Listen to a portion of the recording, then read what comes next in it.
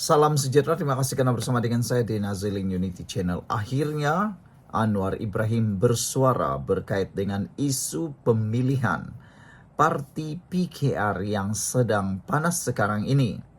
Paling panas sekali membabitkan pemilihan pemimpin timbalan presiden parti PKR yang melibatkan anak Anwar Ibrahim, yaitu Nurul Izzah Anwar, dan juga melibatkan sekarang ini pemangku kepada timbalan presiden, yaitu Rafizi Ramli.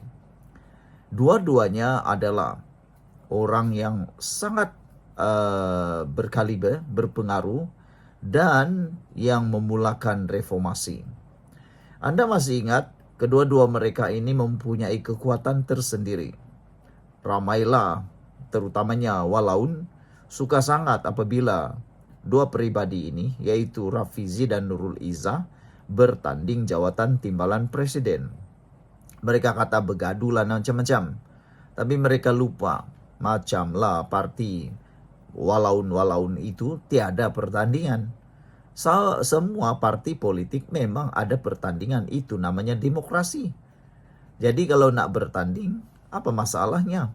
Pertandingan itu kan baik untuk memilih yang terbaik daripada yang paling terbaik. Rafizi pun terbaik, Nurul Izzah pun terbaik. Itu kan lebih baik. Ini tidak, walau ini pelik. Ada pertandingan pun mereka bising. Tiada pertandingan pun mereka bising.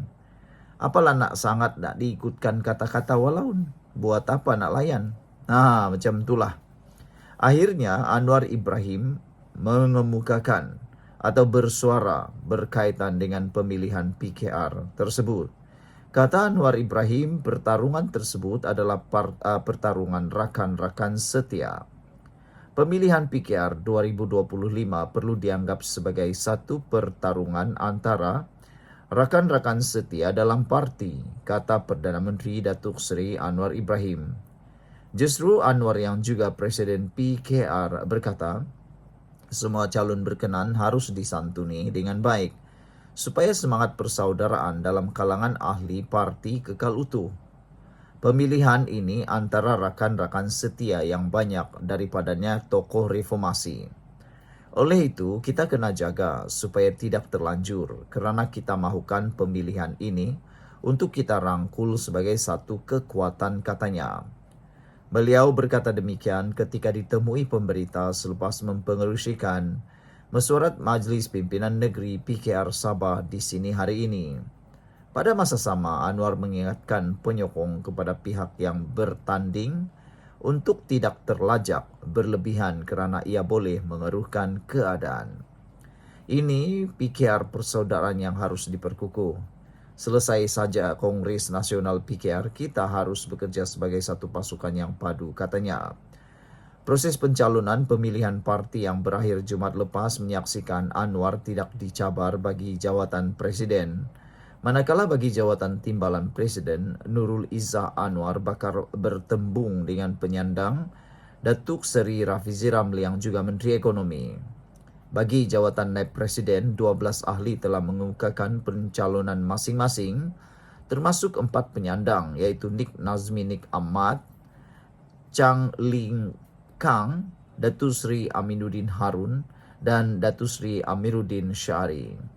Setiausaha Politik Menteri Kewangan Muhammad Kamil Abdul Munin pula tidak dicabar untuk memegang jawatan Ketua Angkatan Muda Keadilan AMK, manakala Fadlina Siddiq Menteri Pendidikan dan Rozia Ismail Ahli Parlimen Ampang berebut jawatan Ketua Wanita PKR.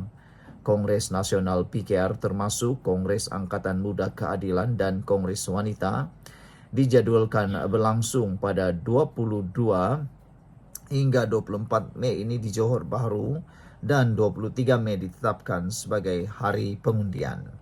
Sekian untuk kali ini. Jangan lupa tinggalkan komen Anda. Salam sejahtera. Terima kasih kerana bersama dengan saya di Nazilin Unity Channel. Pengumuman daripada Perdana Menteri Anwar Ibrahim berkait kerjasama dalam PRN Sabah yang menjelang tiba tidak lama lagi betul-betul baik dan juga mengejutkan ramai orang. Ramai yang beranggapan pengumuman daripada Anwar Ibrahim ini akan membunuh Parti Perikatan Gabungan Perikatan Nasional secara total.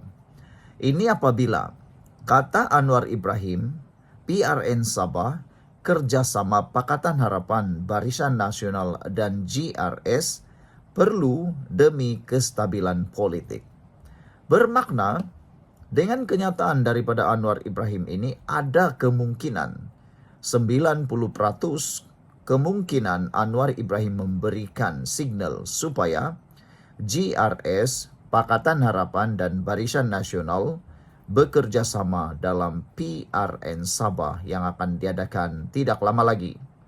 Kalau ini benar, implikasi paling ketara, paling awal ialah Perikatan Nasional memang tiada harapan lagi untuk menentang PH, BN dan GRS.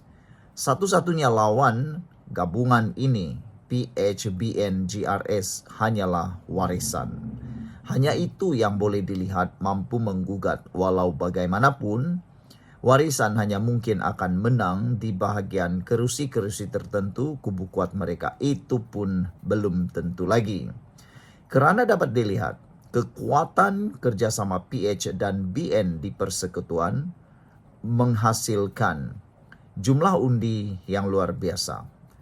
Juga kalaulah Pakatan Harapan, BN dan GRS bekerja sama, dapat dijangkakan hasilnya juga mungkin akan luar biasa dan pasti akan terus menyusahkan gabungan Perikatan Nasional. Walaupun ada netizen menyatakan bahwa gabungan itu adalah gabungan yang hampir mustahil, mengimbau kepada sejarah politik di Sabah yang berlaku sebelum ini, apabila Barisan Nasional menarik sokongan terhadap GRS keluar daripada kerajaan negeri melalui UMNO dan Barisan Nasional. Adakah ianya dapat dibaiki semula melalui kerjasama dan orang tengahnya adalah Anwar Ibrahim? Harus diingat dalam politik Malaysia ini, khususnya di Sabah, dinamiknya luar biasa. Tidak lagi seperti dinamik politik dulu-dulu.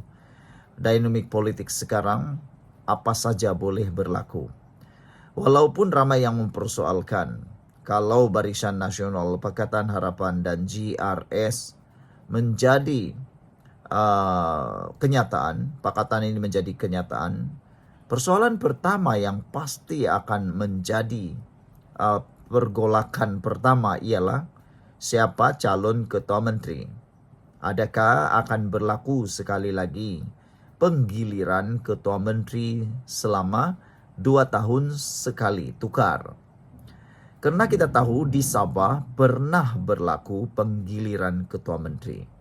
Jadi, kalau itu berlaku, ada impaknya, ada pro dan kontranya, keburukan dan kebaikannya. Walau bagaimanapun, sebelum cerita tentang ketua menteri siapa, yang pastinya akan menjadi buah mulut ialah kesusahan dan juga kemustahilan untuk Perikatan Nasional bangkit di Sabah lagi. Kekuatan Pakatan Harapan, BN dan GRS pasti sukar digugat oleh Perikatan Nasional Pembangkang. Hari ini Perdana Menteri Datuk Seri Anwar Ibrahim berkata kerjasama antara PH, BN dan GRS pada PRN Sabah akan datang amat penting bagi menjamin kestabilan politik peringkat nasional dan Sabah. Beliau yang juga pengerusi PH berkata kerjasama antara PH Sabah, BN Sabah dan GRS masih di peringkat perbincangan dan belum lagi dimuktamadkan. Kenyataan berhubung kesepakatan PH, BN Sabah sebelum ini hanya di peringkat antara kedua-dua parti itu dan belum melibatkan GRS. Kita ingin bekerja sama dengan tentunya UMNO, BN dan GRS, sebab itu saya datang ke Tawau juga dan mengadakan perbincangan dengan Ketua Menteri Datuk Seri Haji G supaya ada kesepakatan antara GRS, PH dan BN, katanya. Beliau berkata demikian selepas mempengerusikan mesyuarat Majlis Pimpinan Negeri MPN Parti Keadilan Rakyat Sabah di Tawau hari ini. Turut hadir pengurus MPN PKR Sabah yang juga Timbalan Menteri Pendidikan Tinggi Datuk Mustafa Sahmud bersama barisan kepimpinan tertinggi PKR Sabah. Anwar berkata ketika mesyuarat di peringkat PH dan BN Sabah, beliau telah memaklumkan kepada ahli mesyuarat beliau akan ke Tawau untuk bertemu dengan Haji G bagi membincangkan hal kesepakatan ketiga-tiga parti itu. Jadi itu saya nak jelaskan mengapa hal itu perlu. Karena bagi kita keutamaan ialah kestabilan politik nasional dan negeri dan keduanya. Hubungan negeri dengan persekutuan harus baik, kata beliau lagi. Ditanya sama ada PH optimis dapat bekerjasama dengan GRS pada PRN akan datang, Anwar berkata saya boleh bercakap bagi pihak PH dan saya optimis karena saya telah membuat perbincangan dan saya lihat perkara ini sangat positif. Daripada bagi pihak GRS biarlah mereka yang menentukan, katanya lagi. Terdahulu media melaporkan BN dan PH sepakat menjalin kerjasama dalam PRN 17 Sabah menerusi kenyataan bersama Ketua Sekretariat Kerajaan Perpaduan Datuk Dr. Ashraf Waji Dusuki dan Setiausaha Agung PH Datuk Seri Saifuddin Nasution Ismail. Susulan itu, Haji G yang juga pengerusi GRS berkata parti berkenan sedia bertanding secara solo dan memfokuskan kerjasama dengan parti tempatan lain yang sehaluan pada PRN 17 sekiranya keputusan Muktamar PH dan BN Sabah bekerjasama pada PRN 17. Sekian untuk kali ini. Jangan lupa tinggalkan komen anda untuk isu kali ini. Patutkah dan haruskah GRS, Pakatan Harapan dan Barisan Nasional bekerja sama sepenuhnya dalam PRN Sabah? Bagi ramai netizen, kerjasama ini penting. Dan saya melihat kerjasama ini juga sangat penting untuk menjamin kestabilan politik di negeri Sabah dan nasional. Kita tidak boleh mengutamakan emosi semata-mata. Kita harus memikirkan masa depan dan jangka masa panjang. Jika GRS bergerak solo, akhirnya nanti mereka juga akan terpaksa mencari sekutu apabila keputusan diumumkan. Karena saya menjangkakan keputusan pilihan raya Sabah tidak ada satupun parti yang akan menjadi dominan. GRS tidak akan dapat dominan. Barisan Nasional lagilah tidak dominan. Pakatan Harapan lagilah tidak dominan.